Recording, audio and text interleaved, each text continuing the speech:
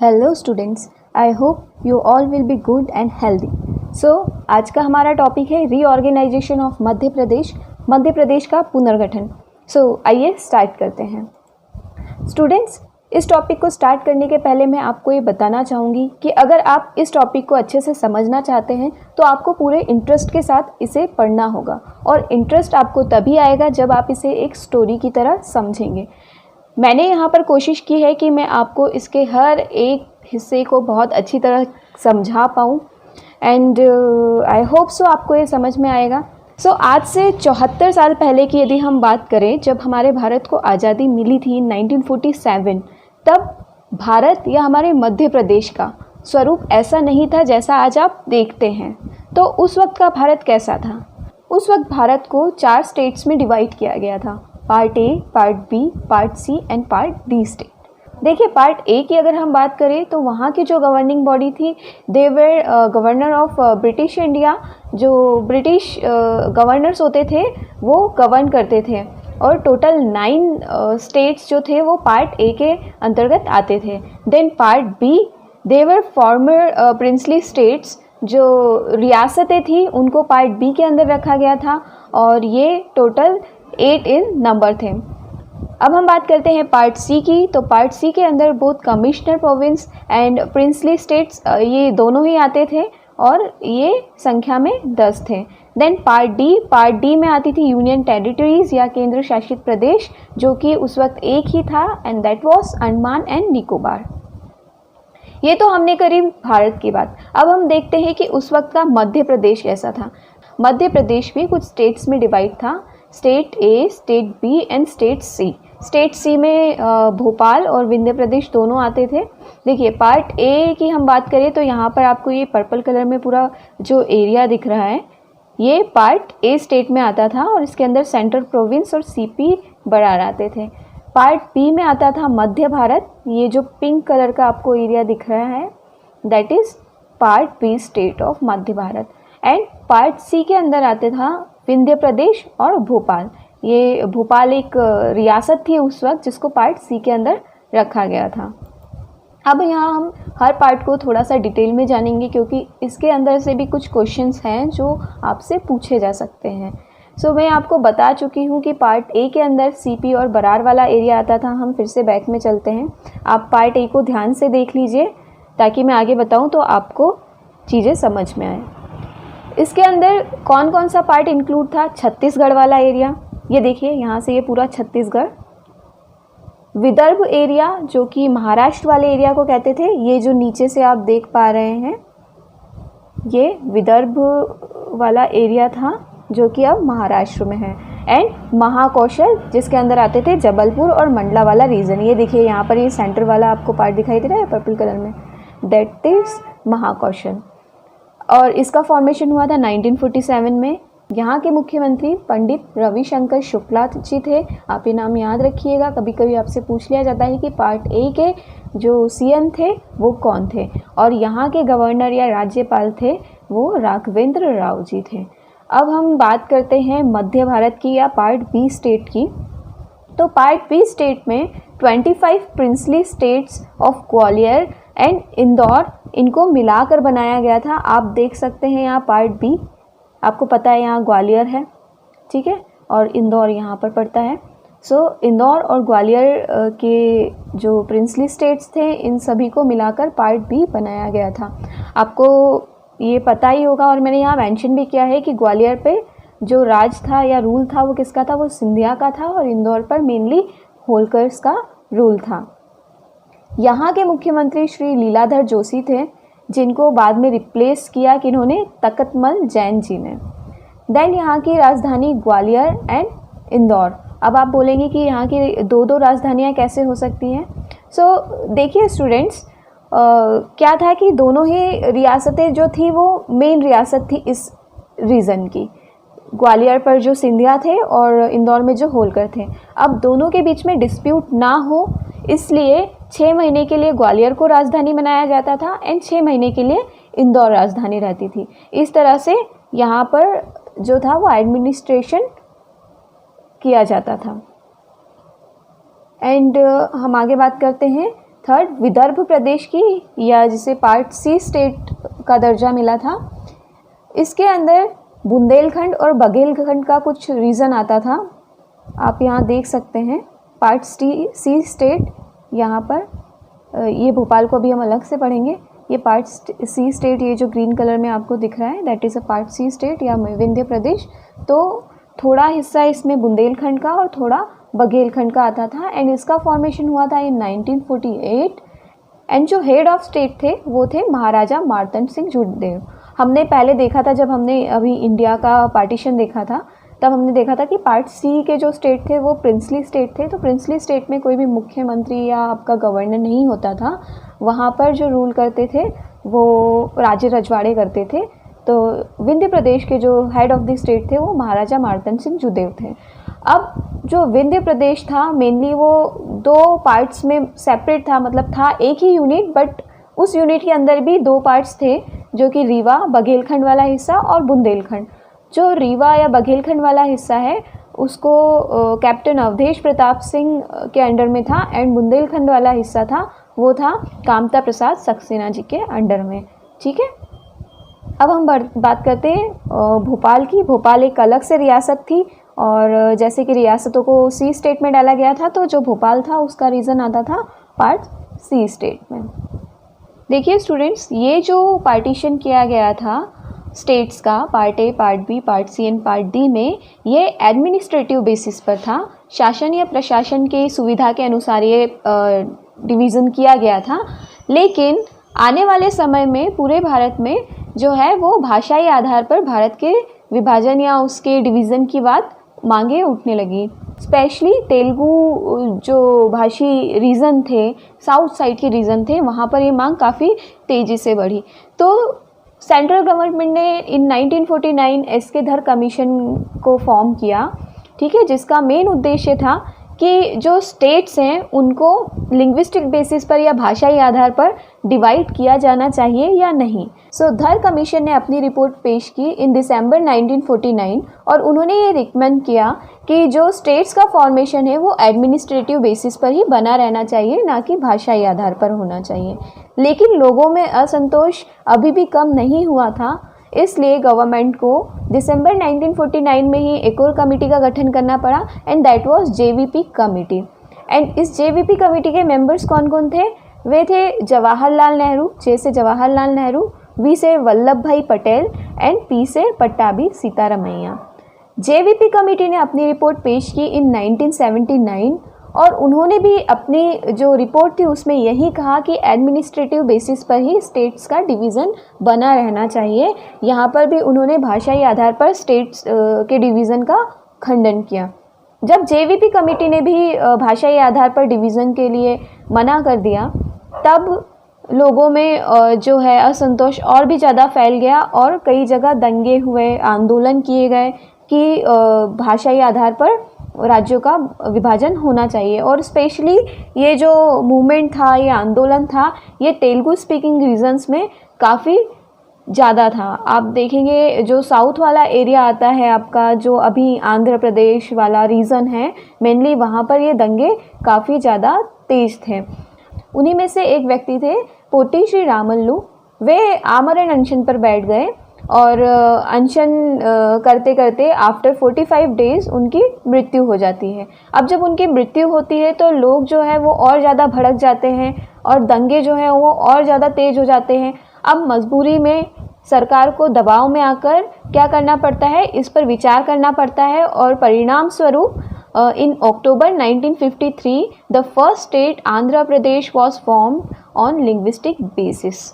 आंध्र प्रदेश का जो है वो निर्माण किया जाता है कब? इन अक्टूबर 1953। और ये किस पर था, ये किस बेसिस पर इसका विभाजन किया गया था? ऑन लिंग्विस्टिक बेसिस, और या भाषाई आधार पर। याद रखिएगा, आपसे पूछा जा सकता है कि भाषाई आधार पर बनने वाला पहला राज्य कौन सा था, तो दैट वाज आंध्र प्रदेश। अब जब आंध्र प्रदेश का निर्माण हो जाता है भाषाई आधार पर, तो जो भारत के दूसरे भाग है वहाँ पर भी लोग बोलने लगते हैं कि जब एक राज्य का विभाजन हो सकता है तो हमारा क्यों नहीं। मतलब जैसे घर में होते हैं ना, चार अगर भाई बहन हैं और एक को कुछ ला कर दे दिया तो दूसरे भी उस चीज़ के लिए झगड़ने लगते। तो it was the same like जो अदर पार्ट्स थे वहाँ पर भी डिमांड उठने लगी कि जो फॉर्मेशन ऑफ स्टेट है वो लिंग्विस्टिक बेसिस पर होना चाहिए। अब जो गवर्नमेंट थी उसने दिसंबर 1953 में एक स्टेट रीऑर्गेनाइजेशन कमीशन का गठन किया, जिसे हम फजल अली आयोग या फजल अली कमीशन भी कहते हैं। याद रखिएगा, आपसे पूछा जा सकता है कि जो पहला राज्य पुनर्गठन आयोग बनाया गया था उसके अध्यक्ष कौन थे या उसे कब बनाया गया था, तो आप ये सन और नाम दोनों ही याद रखिएगा। एंड इसके जो अध्यक्ष थे वो थे डॉक्टर फजल अली, एंड अन्य जो सदस्य थे वे थे हृदयनाथ कुंजरू एंड के.एम. पनिक्कर। इन्होंने जो अपनी रिपोर्ट है वो 1955 में पेश की, और फाइनली ये जो आयोग था इसने ये रिकमेंडेशन दिया कि जो है राज्य हैं उनका डिवीज़न भाषाई आधार पर होना चाहिए। उन्होंने कहा कि जिस डिवीज़न से पूरे भारत में शांति बनी रह सकती है, एकता बनी रह सकती है, तो उस जो है उस मार्ग को हमें अपनाना चाहिए। तो फाइनली इन्होंने रिकमेंड किया कि state should be reorganize on linguistic basis. Then in 1956 इसी आयोग की रिकमेंडेशन पर भारत को 14 राज्यों और 4 यूनियन टेरिटरीज़ में डिवाइड किया गया, एंड उन्हीं 14 राज्यों में से एक था हमारा प्यारा मध्य प्रदेश। सो इस तरह इन 1956 मध्य प्रदेश जो है उसका गठन हुआ, और इसकी डेट भी आप याद रखेंगे 1 नवंबर 1956 को। उसी दिन हम हमारा मध्य प्रदेश का राज्य दिवस भी सेलिब्रेट करते हैं। तो यहाँ तक तो हमने बात की कि मध्य प्रदेश कैसे गठित हुआ। अब नेक्स्ट हम बात करेंगे इंटरनल रीऑर्गेनाइजेशन की। ओके, देखिए यहाँ पर थोड़ा सा मैंने और डिटेल में दिया हुआ है, मैं बता चुकी हूँ कि किसकी रिकमेंडेशन पे बना था Madhya Pradesh, on Fazal Ali commission, ठीक है। एंड जो एक्ट लाया गया था उस वक्त वो था reorganisation of state act 1956, and date of formation of Madhya Pradesh was 1 नवंबर 1956। आप इस मैप में देख सकते हैं कि जब 1 नवंबर 1956 को मध्य प्रदेश का गठन किया गया था तो मध्य प्रदेश का स्वरूप कैसा था। उस वक्त ये छत्तीसगढ़ वाला भाग भी मध्य प्रदेश में था। पिछली स्लाइड्स में हम देख चुके हैं कि मध्य प्रदेश का जो 1947 वाला स्वरूप था वो ऐसा था, आप ध्यान रखिए, है ना। ये पार्ट ए, बी और सी में डिवाइड था, एंड इन 1956 मध्य प्रदेश का स्वरूप ये आपके सामने है। तो अब देखते हैं कि 1947 से 1956 में, जब 1947 के बाद जब 1956 में इसका रीऑर्गेनाइजेशन किया गया तो क्या क्या चेंजेस आए इसके पार्ट ए, बी और सी में। तो सबसे पहले जो सीपी और बरार वाला हिस्सा था उसमें क्या चेंजेस आए, उसके जो 8 डिस्ट्रिक्ट थे, है ना, विदर्भ रीजन के, मैं बता चुकी हूँ, जो महाराष्ट्र वाला रीजन था उसे हम विदर्भ रीजन बोलते हैं। उसमें से बुल्ढाना, अकोला, अमरावती, यवतमाल, वर्धा, नागपुर, भंडारा और चांदा, ये 8 डिस्ट्रिक्ट थे वो किसको हैंड ओवर कर दिए गए, मुंबई स्टेट को। उस वक्त इसको महाराष्ट्र नहीं बोला जाता था, इस वाले पार्ट को इसे मुंबई स्टेट बोला जाता था। आज हम इसे महाराष्ट्र के नाम से जानते हैं। तो ये देखिए यहाँ के जो 8 डिस्ट्रिक्ट थे वो हमने दे दिए उस वक्त के मुंबई स्टेट को, जो आज हम महाराष्ट्र के नाम से जानते हैं। देखिए मध्य भारत में क्या चेंजेस आए। मध्य भारत, सबसे पहले आप यहाँ देखेंगे पिंक वाला स्टेट, ठीक है। मध्य भारत में ही आता था मंदसौर वाला रीजन आपका। मंदसौर के अंदर एक तहसील है भानपुरा तहसील, और उस तहसील के अंदर एक सब तहसील है सुनेल टप्पा। सो उस सुनेल टप्पा को हमने दे दिया राजस्थान को, और राजस्थान से हमने सिरोंज नामक स्थान मध्य प्रदेश में मिला लिया, और मध्य प्रदेश के किस हिस्से में, विदिशा में, विदिशा की एक तहसील बना दिया गया सिरोंज को। याद रखिएगा, सुनेल टप्पा हमने दे दिया राजस्थान को, और राजस्थान से सिरोंज को विदिशा में मिला दिया गया। देन हम बात करते हैं विंध्य प्रदेश की, जो पार्ट सी वाला स्टेट था उसे हमने as it is Madhya Pradesh में मिला लिया। ये देखिए आप, इसे नए पुनर्गठित जो 1956 का मध्य प्रदेश था उसमें मिला लिया गया। एंड भोपाल स्टेट को भी हमने as it is Madhya Pradesh में मिला लिया। लेकिन इस वक्त जो भोपाल था वो एक अलग डिस्ट्रिक्ट नहीं था, ये सीहोर की ही एक तहसील हुआ करता था, है ना। ये देखिए यहाँ मेंशन किया है मैंने, सीहोर की एक तहसील था भोपाल उस वक्त, और इसे हमने मध्य प्रदेश की राजधानी के रूप में घोषित किया 1 नवंबर 1956 को, जब मध्य प्रदेश का रीऑर्गेनाइजेशन या गठन हुआ था। This time number of district in Madhya Pradesh were 43। So 1 नवंबर 1956 के वक्त मध्य प्रदेश में कितने ज़िले थे? 43 ज़िले थे। अब हम देखेंगे कि इन 43 से जो करंट सिचुएशन है डिस्ट्रिक्ट्स की, उसका सफ़र कैसे तय किया गया। सो आइए वन बाय वन हम से स्टार्ट करते हैं। That is internal readjustment of Madhya Pradesh. हमने अभी तक देखा कि भारत में किस तरह से राज्यों का गठन किया गया, 1947 में हमारे मध्य प्रदेश की क्या स्थिति थी, और फाइनली इन 1956 को मध्य प्रदेश का जब गठन हुआ तो उस वक्त क्या स्थिति थी। उस वक्त हमारे पास 43 डिस्ट्रिक्ट थे मध्य प्रदेश के अंदर, एंड उसके बाद फिर मध्य प्रदेश के अंदर ही किस तरीके से उसका रीएडजस्टमेंट हुआ है वो हम यहाँ से स्टार्ट करते हैं। तो सबसे पहले जो चेंजेस हुए वो इन 1972 में हुए। 1972 में 2 नए ज़िलों का गठन किया गया। अब जब 2 नए ज़िले बन गए तो हमारे पास टोटल नंबर ऑफ डिस्ट्रिक्ट कितने हो गए? 45। 43 तो हमारे पास पहले ही थे और ये 2 नए मिलकर 45 हो गए। अब कौन कौन से नए ज़िले बने थे? जो सीहोर था उससे अलग होकर बना भोपाल। मैंने आपको बताया है कि भोपाल उस समय तक सीहोर की तहसील थी, जिला नहीं था, लेकिन इन 1972 जब इंटरनल रीऑर्गेनाइजेशन हुआ जिलों का, तब सीहोर से भोपाल अलग होकर एक नया जिला बना। साथ ही दुर्ग से अलग होकर बना राजनंदगांव। ये दुर्ग और राजनंदगांव अभी छत्तीसगढ़ में है। उस वक्त इन 1956 के बाद का जो 1956 से 2000 तक आपको पता है छत्तीसगढ़ मध्य प्रदेश का ही हिस्सा था, तो उस वक्त ये भी मध्य प्रदेश में ही हुआ करते थे। सेकेंड चेंजेस आते हैं इन 1998 में। 1998 में BR Dubey district reorganisation committee का गठन किया जाता है। नाम याद रखिएगा आपको कि जब आपसे पूछा जाए कि मध्य प्रदेश के अंदर जिला पुनर्गठन आयोग का नाम बताइए, तो वो था BR Dubey district reorganisation committee, ठीक है। और इसकी अनुशंसा पर 10 नए जिलों का गठन किया गया। अब हमारे पास कितने ज़िले हो गए? टोटल 55।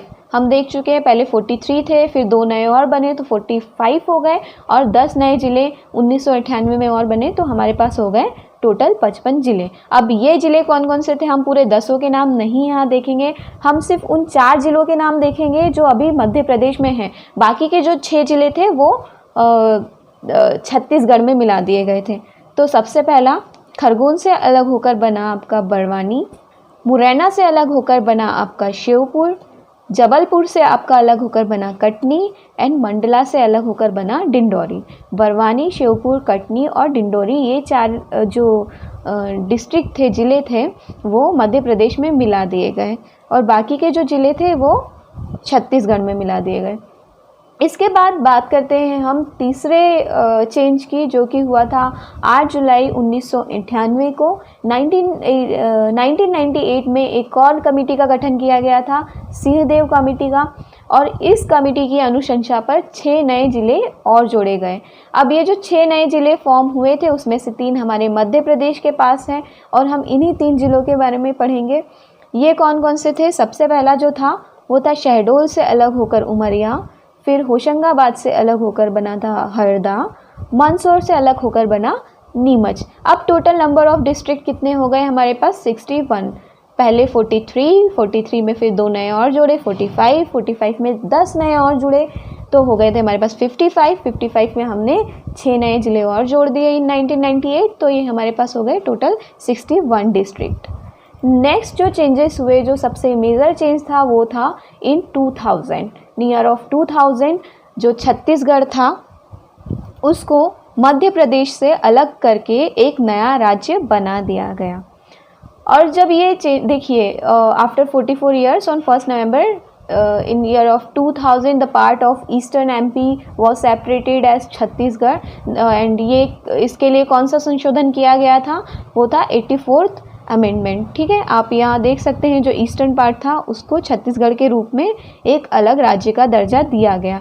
आप देखिए अभी तक हमने देखा था कि 61 जो थे वो ज़िले हो गए थे मध्य प्रदेश के अंदर, उन 61 में से हमने 16 दे दिए छत्तीसगढ़ को। अब अगेन हमारे पास कितने बचे? 45। देखिए यहाँ पर बहुत कन्फ्यूज़न होता है स्टूडेंट्स को क्योंकि कभी कभी अगर आपसे पूछा जाता है कि जब 1 नवंबर 1956 को मध्य प्रदेश का गठन हुआ था, उस वक्त मध्य प्रदेश में जिलों की संख्या कितनी थी, तो वो थी 43। एंड 1 नवंबर सन 2000 में जब छत्तीसगढ़ राज्य अलग हुआ मध्य प्रदेश से, उस वक्त हमारे पास जिलों की संख्या कितनी थी, वो थी 45। याद रखिएगा आप इसे।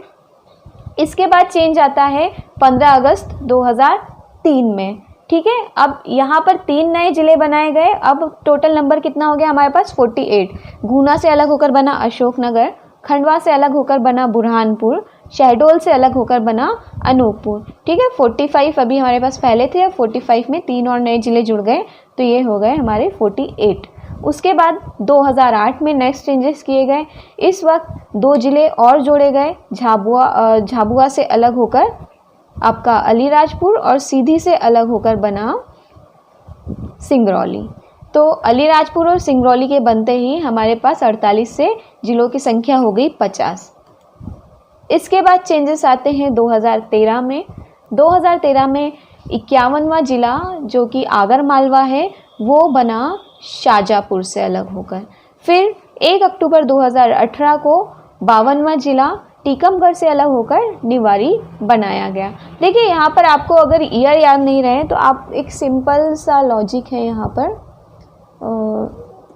देखिए 2003 से बात करते हैं हम। 2003 से देखिए 2003 के बाद 2008 में, मतलब 3 के बाद 5 साल बाद, आपको पता है हर 5 साल में चुनाव होते हैं, तो जब जब चुनाव आए हैं तब तब डिमांड के अकॉर्डिंगली नए जिलों का गठन किया गया है। तो 2003 के बाद 5 साल बाद 2008 में नए जिले बने, फिर 2008 के बाद फिर 5 साल बाद 2013 में नए जिले बने, और फिर 5 साल बाद 2018 में नए जिले बने। इसके बाद जो नेक्स्ट चेंजेस आते हैं वो है मार्च 2020 में। आई होप ये आपको पता ही होगा, अगर आप करंट अफेयर्स पढ़ते हैं या देखते हैं तो ये आपके नॉलेज में होगा कि अभी 3 नए जिलों का जो है उनको अप्रूव किया गया है। 2000 उज्जैन से अलग होकर नागदा, गुना से अलग होकर चाचौरा और सतना से अलग होकर मैहर। अगर इन जिलों को हम मिला दें तो हमारे पास अब टोटल नंबर ऑफ डिस्ट्रिक्ट कितने हो जाएंगे, 55।